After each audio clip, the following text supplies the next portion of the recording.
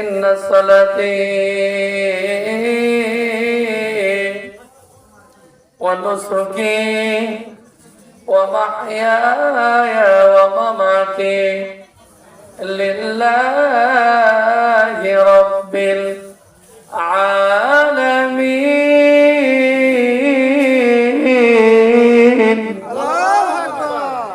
আমার ভাইরা, আমার বন্ধুগণ, এই গোপালপুরের মুসলমানেরা, পর্দার আড়ালে আমার মা,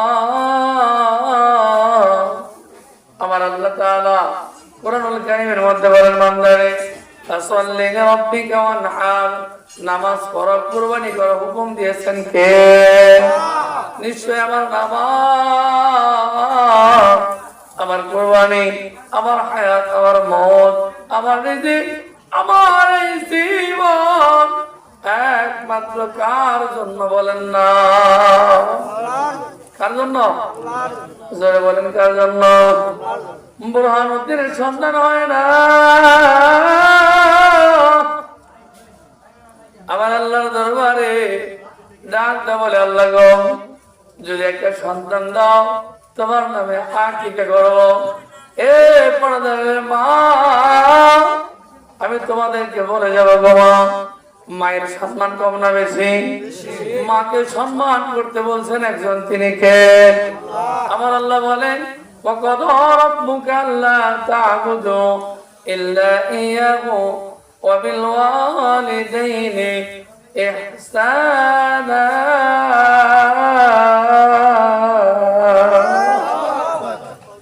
আল্লাহ বলেন, আমি আল্লাহর ইবাদতের পরে দুইজনে খেদমত করবা। একজন হচ্ছে তোমার মা, আর একজন হচ্ছে তোমার বাবা। কথা বলে ঠিক না? ঠিক। বাবা মায়ের খেদমত, বাবা মায়ের সম্মান আমাদের সমাজে আছে? কথা বলেন, আছে?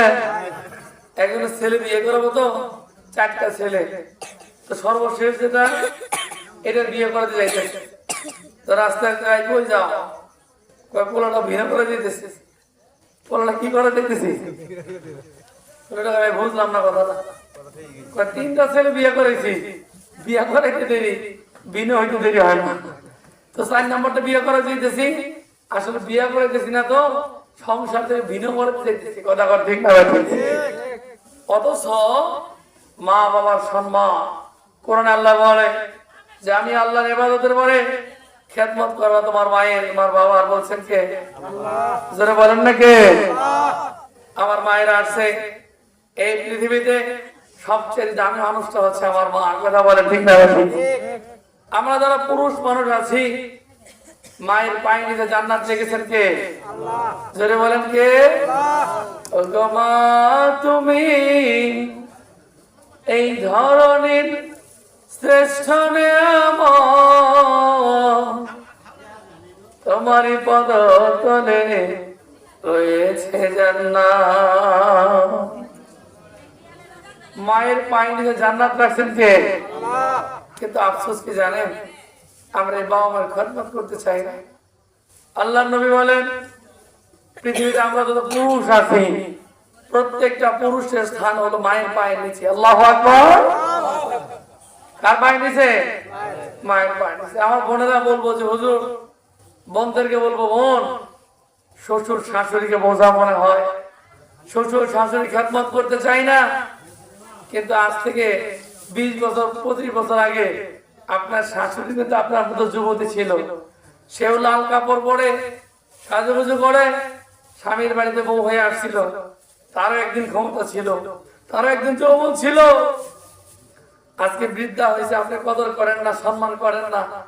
আপনি কি ভুলে গেছেন 15 বছর পরে আপনাকেও কিন্তু শাশুড়ি হওয়া লাগবে, আপনাকেও শ্বশুর হইতে হবে।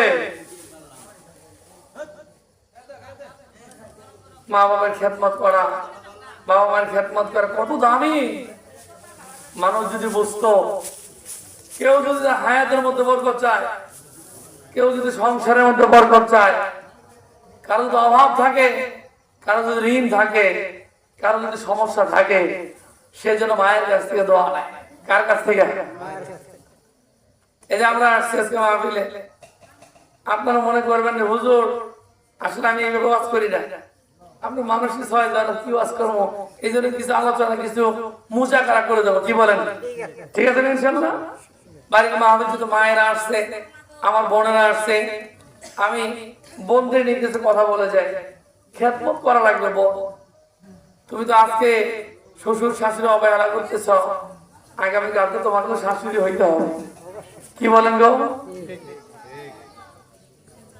আপনারা মনে করেন যে হুজুর আসতেছে, আপনারা দোয়া নেন আমাদের কাছ থেকে, ওই আল্লাহর নামে কসম করে বলি, আপনারা দোয়া নেন আমাদের কাছ থেকে, আর আমরা দোয়া নেই মায়ের কাছ থেকে। মায়ের দোয়া ছাড়া পৃথিবীর কোন মানুষ ওলি হইতে পারে নাই, আল্লাহ ভালো হইতে পারে নাই। নেক মা বাবার দোয়া আপনাকে জান্নাত পর্যন্ত পৌঁছায় দিয়ে বলেন না সুবহানাল্লাহ। এই যে আমি দাওয়াত খেতে যাই, আমি বলতে পারি, ভাত খেয়ে রান্না খেয়ে বলতে পারবো এটা কি কোন নামাজি মা রান্না করছে না বেনামাজি মা রান্না করছে। আমার মা বোনের যে শীতের দিনে আসতেছে, অনেক মা বোনেরা আছে ঠান্ডা পানি দিয়ে ওযু করবে না, মায়েরা প্রস্রাব করলে তাদের ছিটা পায়ে লাগতে পারে। প্রত্যেকটা মায়ের উচিত প্রস্রাব পায়খানা যাওয়ার পরে তাদের ওযু করা, তাদের পবিত্রতা অর্জন করা, ঢিলা কলুপ ব্যবহার করা। যেই মা যত বেশি পাক পবিত্র থাকবে, ওযুর সাথে থাকবে, যেই মা তত বেশি নামাজ পড়বে, যেই মা তত বেশি কোরআন তেলাওয়াত করবে, আল্লাহ নবী বলেন ওই মা আল্লাহর কাছে তত বেশি দামি হবে। আরো জোরে বলবেন না? কিন্তু আমাদের অবস্থা কি হয়েছে? অকরনা ফি বুয়ুতিকুন্না ওয়ালা তাবাররাজনা তাবারুজাল জাহিলিয়াতিল উলা। আমি কিন্তু যে শাহাদাতের ঘটনা বলবো, মনে আছে তো আপনাদের? হ্যাঁ বলবো, তার আগে একটু মনে পড়ে গেছে মায়েদের কথা। আমার আল্লাহ বলে, হে নবী মানুষদেরকে বলে দিন তারা যেন জাহিলিয়াতের মহিলাদের মতো বেগানা পুরুষের সামনে, পর পুরুষের সামনে সাজুরুজু কইরা বেপর্দা হইয়া আটা ময়দা সুজি না মাইখা তারা যেন রাস্তায় না বের হয়। কথা বলেন ঠিক না ঠিক? কে বললো? আল্লাহ বললো যে রাস্তা বের হওয়া যাবে না বেপর্দা হইয়া। আর আমাদের নারীরা কয় আল্লাহ কই গিয়ে আমরা বাইরে, কথা হয় না। ঠিক বললাম না ভুল বললাম? আপনি বললেও ঠিক, না বললেও ঠিক, কারণ কোরআনের কথা। কার কথা? তাফসীরের মধ্যে মুফাসসিরিনে কেরাম লেখে যে দায়ুস মহিলা কারা? জাহান্নামী মহিলা তারা পর পুরুষের জন্য সাজুগুজু করে যারা। আমার মা বলে কত হুজুর তো ও বৈশাই আঙ্গুর বিপক্ষে গেছে। আসলে কি মা বোনের বিপক্ষে যাওয়ার সুযোগ আছে? শুরুতেই বলছি মায়ের পায়ে নিয়ে জান্নাত দেখেছেন কে? আমরা তো পুরুষ মানুষ আছি, আমরা কারো না কারো কোনো না কোনো মায়ের সন্তান। তাহলে ওই মায়ের পায়ে নিচে আমার জান্নাত, তাহলে নারীদের পায়ে নিচে পুরুষের জান্নাত দেখেছেন কে? তাহলে মায়েদের বিপক্ষে যাওয়া যাবে না? আমিও তো কোনো মায়ের সন্তান। ও বোন, ও মা, আমি তোমাকে জাহান্নামের আগুন থেকে বাঁচানোর জন্য আমি তোমাকে কিছু নসিহত করে যাব। আল্লাহ বলে ওয়াকাদা রাব্বুকা আল্লা তা'বুদু ইল্লা ইয়াহু ওয়া বিল ওয়ালিদাইনি ইহসানা। এ গোপালপুরের মা, এ আমার ভাইরা, আমার আল্লাহ বলে দায়ুস মহিলা কারা, জাহান্নামী মহিলা কারা? ও বাবা গো, ও আমার মায়েরা, কোরআনে বর্ণিত, কোরআনের ব্যাখ্যায়, হাদিসের ভাষায় আল্লাহর পয়গম্বর বলেন দায়ুস মহিলা তারা, জাহান্নামী মহিলা তারা পর পুরুষের জন্য সাজুগুজু করে যারা। আওয়াজ দা বলেন না নাউজুবিল্লাহ। পর পুরুষের জন্য সাজুগুজু আছে না নাই? বাড়িতে যখন থাকে বড় সাজ, কিন্তু যখন গোপালপুর যায় সাজ আছে না নাই? ওই ভ্যানওয়ালা, রিক্সাওয়ালা, ওই অটোওয়ালা, ওই মার্কেটওয়ালা ডাকতে, আবা আসেন আমার দোকান, আসা বা আপনার তো সুন্দর লাগছে গো, বলে কি বলে না? আপনি এই আপা ডাক শোনার জন্য এই যে দায়ুস হইয়া আপনি গালের মধ্যে মেকআপ মাখিয়া, আপনি বেপরদা কইরা, চুল ছেড়ে দিয়া, ওন্না গলার মধ্যে দিয়া, আমার এখানে কিছু বুরকা নামছে, বুরকা নামের কুরকা। কথা বলেন ঠিক না? ঠিক। আমার দেশে মা বোন যারা আসছেন, আমি আমার মা বোনদেরকে বলবো আমি আমার মায়ের সন্তান, আমি চাই আমার মায়ের জন্য জাহান্নামে না যাক। কথা বলেন ঠিক না? ঠিক। আফসোস বাড়িতে যতক্ষণ থাকে সাজে না, কিন্তু যখন রাস্তা বের হয় তখনই সাজে। এখন হাদিসের ব্যাখ্যা মিলান, জাহান্নামী মহিলা যারা, পর পুরুষের জন্য সাজুগুজ করে যারা। এখন আপনিও মায়েরা ও বোনদেরকে বলবো, যারা বেপরদা হয়ে রাস্তায় বের হন, যারা মেকআপ করে রাস্তায় বের হন, যারা পুরুষকে দেখানোর জন্য সাজু করে করে রাস্তায় বের হন, যারা মাথায় কাপড় দেন না, যারা পর্দা করেন না, আবার পর্দা নামে কুরকান আছে, এরকম বুরকা টাইট ফিট বুরকা পরেন, আপনারা জাহান্নামী বলেছেন কে? আল্লাহ। বলেন কে? আমার ভাইরা, আমার বন্ধুগণ, আল্লাহর পয়গম্বর নবীজি একদিন ফাতেমাকে নসিহত করেছিলেন। পয়গম্বরে আরবী ঘরের মধ্যে প্রবেশ করে দেখে হযরত ফাতেমা সাজুগুজু করে। আল্লাহর পয়গম্বর ডাকতে বলে, ফাতেমা কি করো? কয় সাজুগুজু করতেছি। বয়স তার 7 থেকে 9 বছর, এখনো শরীয়তের বিধান আসে নাই। ফাতেমাকে নবীজি বলে, ফাতেমা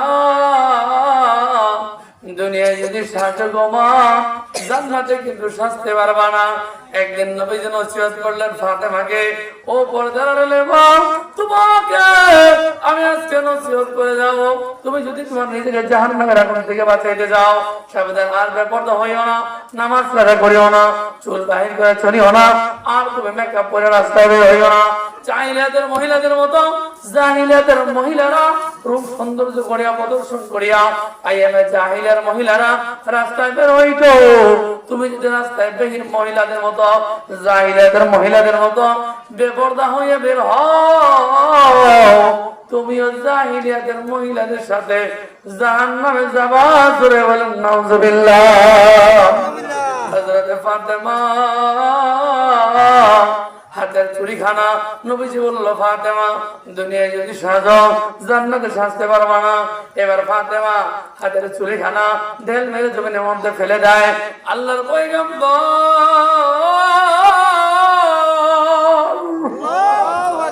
চুরিখানা গো হাতটা তুললেন, তুলে ফাতেমার হাতে দিলেন। ফাতেমা কষ্ট পাইছে গো মা। ফাতেমাকে, আব্বা কষ্ট পাই নাই, আপনি নিষেধ করেছেন, আমি ফাতেমা বাবা বাধ্য হব না।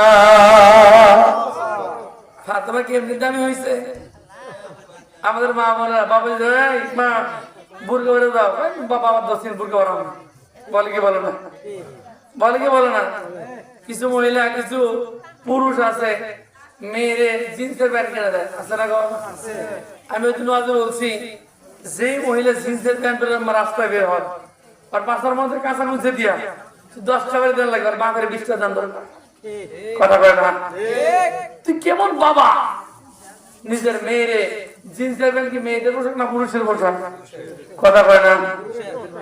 আধুনিক সমাজে নারীরাই সরদার, বেচা কিনা চলে বটে, লেশ নাই পর্দা, ফুল প্যান্ট হাফ শার্ট কইরা বাহির হয়, পুরুষ না মহিলা নাই পরিচয়। আগের মতো শান্তি তো আর এখন পাওয়া যায় না। মানুষ সব পাল্টে গেছে, পাল্টে নিত জামানায়। মানুষ সব ঠিক, মানুষ সব পাল্টে গেছে, জামানা ঠিকই আছে, জামানা ঠিকই আছে, মানুষ সব পাল্টে গেছে।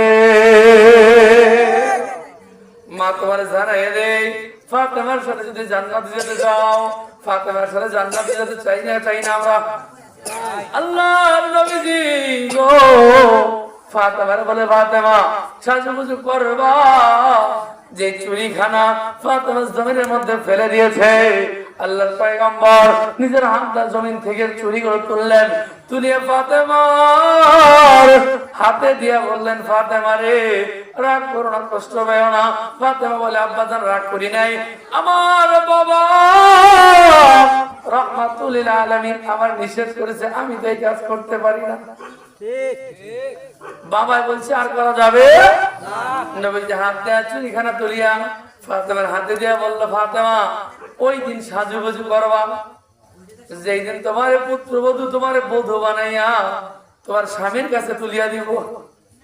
সুবহানাল্লাহ। মাগো তুমি সাজবা কবে? তোমার স্বামীর জন্য সাজবা, এখন আমার মা বোনরা বলতে পারো, হুজুর রাস্তায় তো সাজবার না করলাম, তাহলে স্বামীর জন্য সাজলে কি হবে? আল্লাহ নবী কয়, যেই মহিলা স্বামীর জন্য সাজে, কয় তাহাজ্জুদের নামাজ পড়লে, নফল নামাজ পড়লে যেমন সওয়াব হয়, স্বামীর জন্য সাজলে তেমন সওয়াব।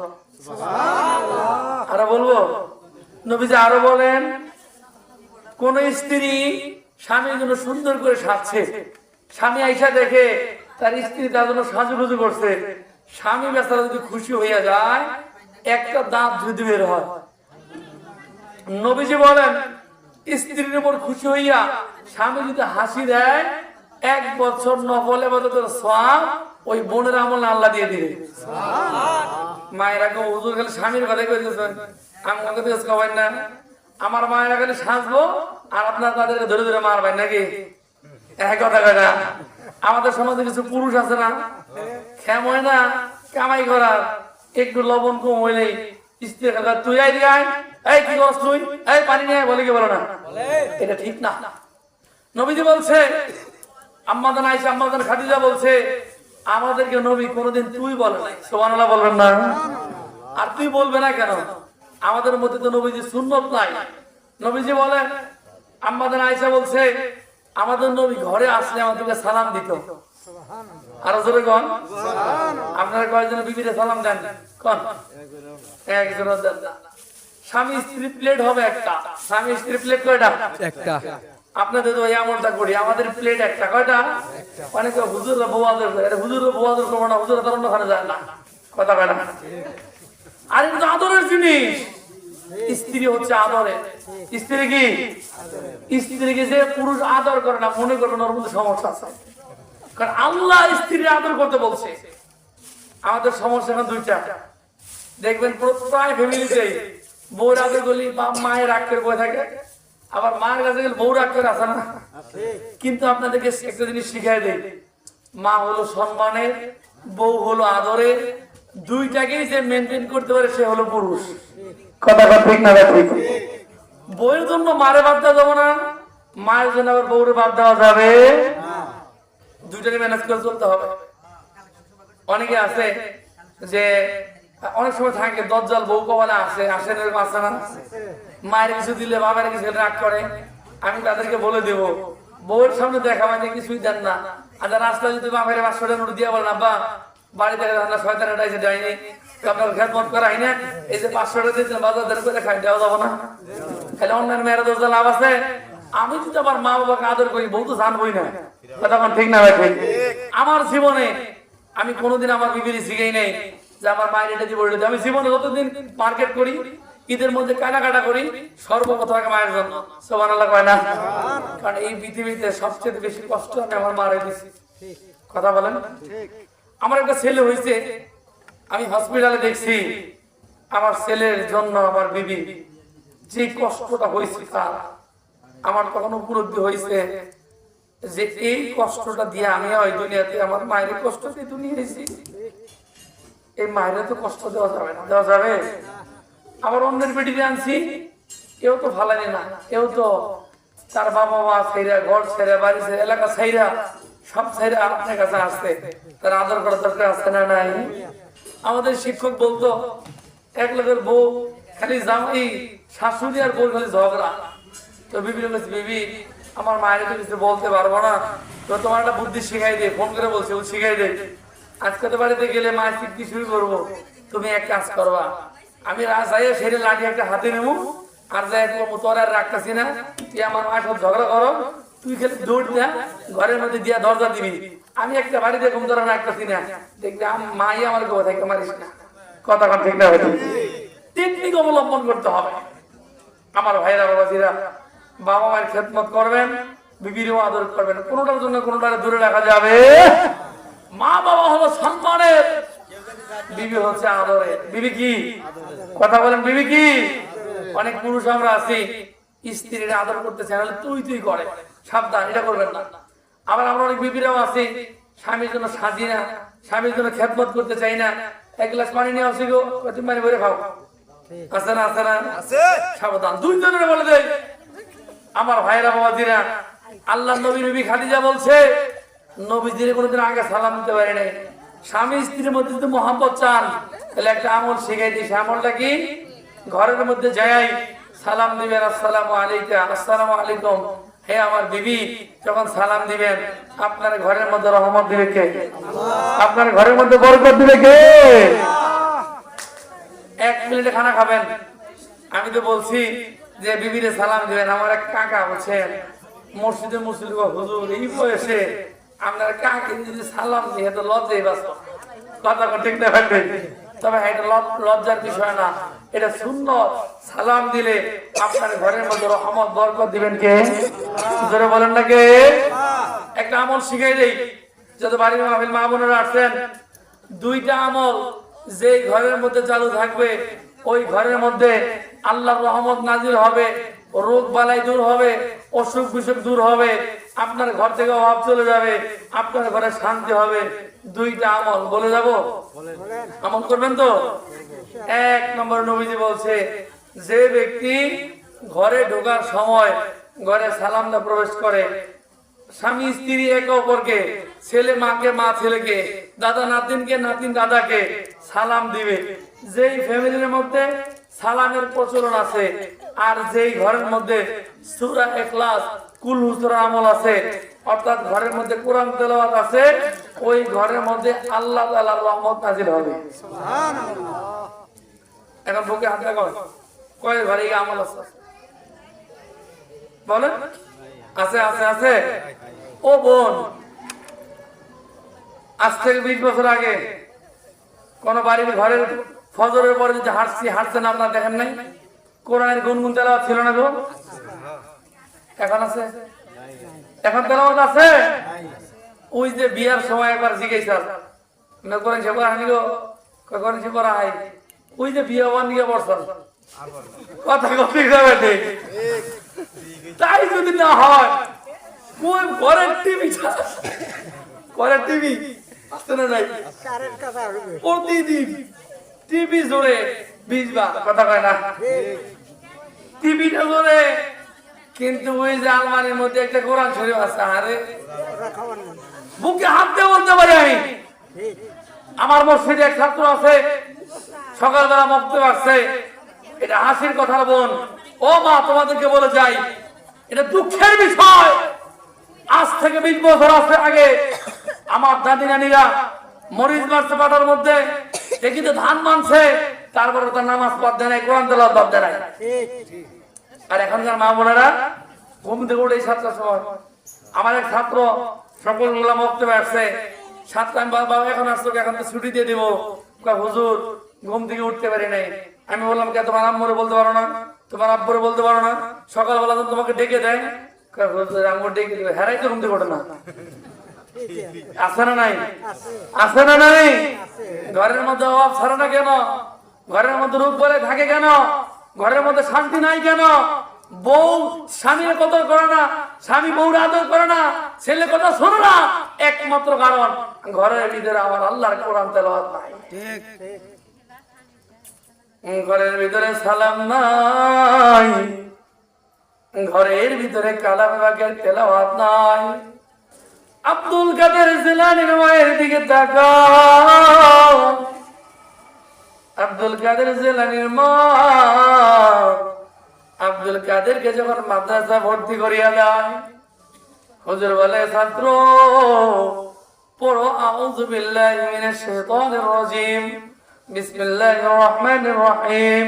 পড়ো আলিফ, ছাত্র বলে আলিফ, ছাত্র সূরা ফাতিহা শুরু করিয়া দেয়। আব্দুল কাদের হুজুর জিগায়, বাবারে তুমি না আজকে মাত্র মাদ্রাসায় ভর্তি হইলা, সূরা ফাতিহা কেমনে কও? কয় আমি তো 18 পারা কোরআন তেলাওয়াত মুখস্থ করে মায়ের গর্ভে থেকে আসছি। আরো জোরে বলেন না? আরে বিগুলিয়াটার মা বোন, আব্দুল কাদেরের মা হুজুর বলে, বাবারে তোমার মারে তুমি আগামীকাল মাদ্রাসায় নিয়ে আসবা। আব্দুল কাদের জিলানীর মা পরের দিন মাদ্রাসার পর্দার আড়াল থেকে আওয়াজ দেয়, হুজুর আমার আব্দুল কাদের তো কোনো মাদ্রাসায় পড়ে নাই, কোনো মসজিদেও যায় নাই। হুজুর জিজ্ঞাসা করলেন, এত সুন্দর তেলাওয়াত কই পাইল?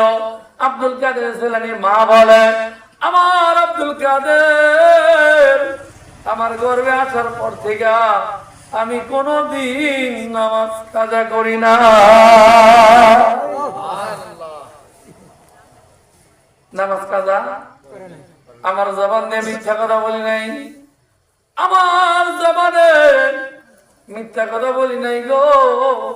শুধু তাই না আমি আব্দুল কাদের জিলানীর মা ওযু ছাড়া এক মুহূর্ত পার করি না। আর কি করছেন গো মা? সকালে কোরআন তেলাওয়াত করেছি, দুপুরে তেলাওয়াত করেছি, সন্ধ্যায় তেলাওয়াত করেছি, রাতে ঘুমানোর সময় আমার মালিকের কোরআন পাকের তেলাওয়াত করেছি। আমার আব্দুল কাদের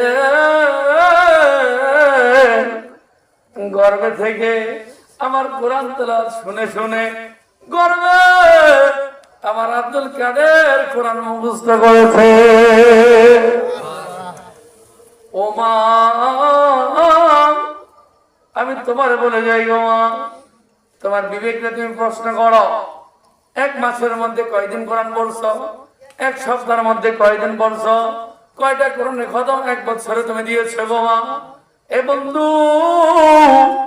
ফাতেমা চুরি ফালায় দেয়, আল্লাহর নবী ডাক ডাকা ফাতেমা রে, তুমি ওই দিন সাজুগুজু করবা যেই দিন তুমি আমার সাথে আমার হাত দিয়া তোমার আমি সাজাইয়া অন্যের ঘরে অন্যের কাছে তোমার পুত্র তোমার বধূ বানায় বিদায় দিব।